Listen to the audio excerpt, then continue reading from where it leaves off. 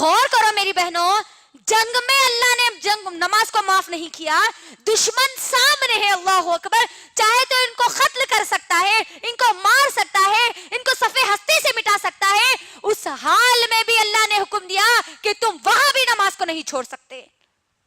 آج ہم کو کیا ہو گیا؟ کیا سوچ کر ہم نمازوں کو چھوڑ دیے؟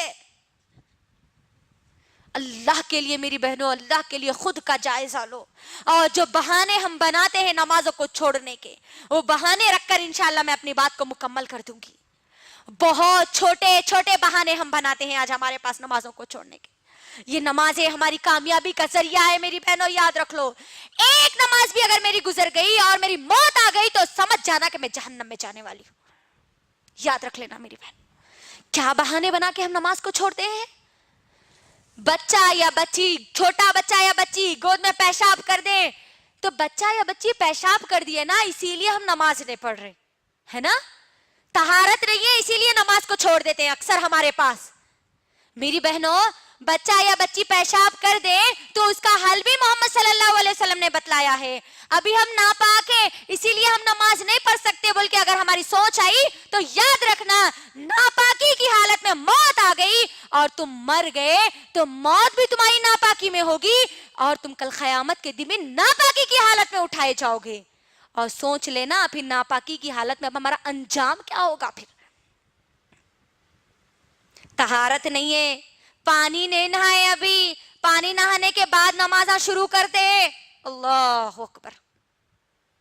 یہ بہانے نہیں چلنے والے میری بہنوں، اسلام ہم کو ان بہانوں کی اجازت نہیں دیتا۔ آپ کسی بھی جگہ ہو، کسی بھی محلے میں ہو، کسی بھی بڑے سے بڑے خاندان کے ہو، آپ پر 5 وقت کی نمازیں فرض کی گئی ہے، آپ کو بس ادا کرنا ہی کرنا ہے، آخری سانس تک نماز آپ کو ادا کرنا ہے میری بہنوں۔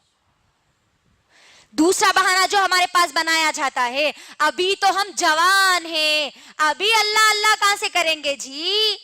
دیکھ لیجئے نوجوان لڑکیوں کو، نوجوان لڑکیوں کا کیا معاملہ ہے، اللہ اکبر۔ کالجز کو جا رہے تو نہ ان کو نماز تو معلوم ہی نہیں ہے، ظہر چھوٹ رہی، عصر چھوٹ رہی، مغربی چھوٹ رہی ہے، شامی چھوٹ رہی، ایگزامز کی تو برابر تیاری میں لگے ہوئے ہیں، لیکن یہ موت کی تیاری میں ان کے ذرہ برابری بھی ان کے اندر تیاری موجود نہیں ہے۔ جوانی کو ہم کیا سمجھتے ہیں؟ ابھی تو ہم جوان ہیں، جوانی میں مولوی ملا بن کے کئی کو بیٹھ رہے بولتے نہیں، لڑکیاں ہیں تو آپ حجانبہ بن کے کئی کو بیٹھ رہے، 5 وقت کی نماز آئینو تو نمازی نماز اللہ چلہ کرنے والے، اللہ اکبر۔ نوجوان لڑکے اور لڑکیاں غور سے میری بہنوں سن لو، جوانی کی عبادت سب سے زیادہ اللہ کو پسند ہے، اور کل میدان محشر میں جن لوگوں کو جگہ دی جائے گی ان جوانوں کو دی جائے گی جو جوانی میں اللہ کی عبادت کرتے تھے۔ جوانی کو اپنی غارت مت کرو، دنیا کی چیزوں میں مت بھگاؤ، کیونکہ جوانی میں کیا ہوتا ہے، انسان کا جوش، اس کے عزم، اس کے حوصلے، اس کی خواہشات بہت زیادہ ہوتی ہے۔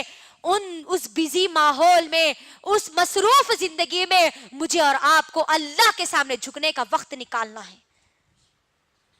جوانی کا بہانہ بنا کر ہم نمازوں کو نہیں چھوڑ سکتے، یاد رکھنا۔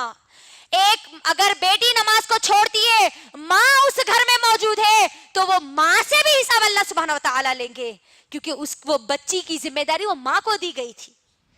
ماں اگر اٹھیں گی، پڑھیں گی تو بچی بھی پوری اپنی زندگی میں نمازوں کو ادا کرے گی۔ تو جوانی کا بہانہ ہم نہیں بنا سکتے نمازوں کو چھوڑنے کے لیے۔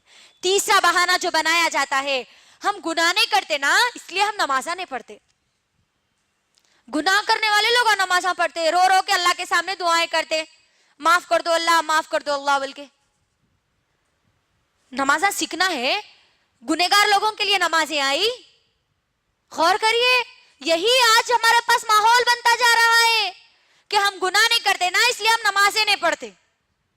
محمد صلی اللہ علیہ وسلم نعوذ باللہ گنہگار تھے، جو اللہ نے ان کو حکم دیا، اللہ اکبر، اے نبی تم اپنے گھر والوں کو حکم دو اور تم خود نماز پڑھو، تو یہاں پر یہ بہانہ بھی ختم ہو گیا کہ ہم یہ بہانہ بنا کر نمازوں کو نہیں چھوڑ سکتے۔ ایک اور بہانہ جو ہمارے پاس بنایا جاتا ہے میری ماں اور بہنوں، ہم نماز پڑھتے ہیں تو ہم کو برے برے وسوسے آتے ہیں، برے برے خیالات آتے ہیں، اسی لیے ہم نماز نہیں پڑھتے۔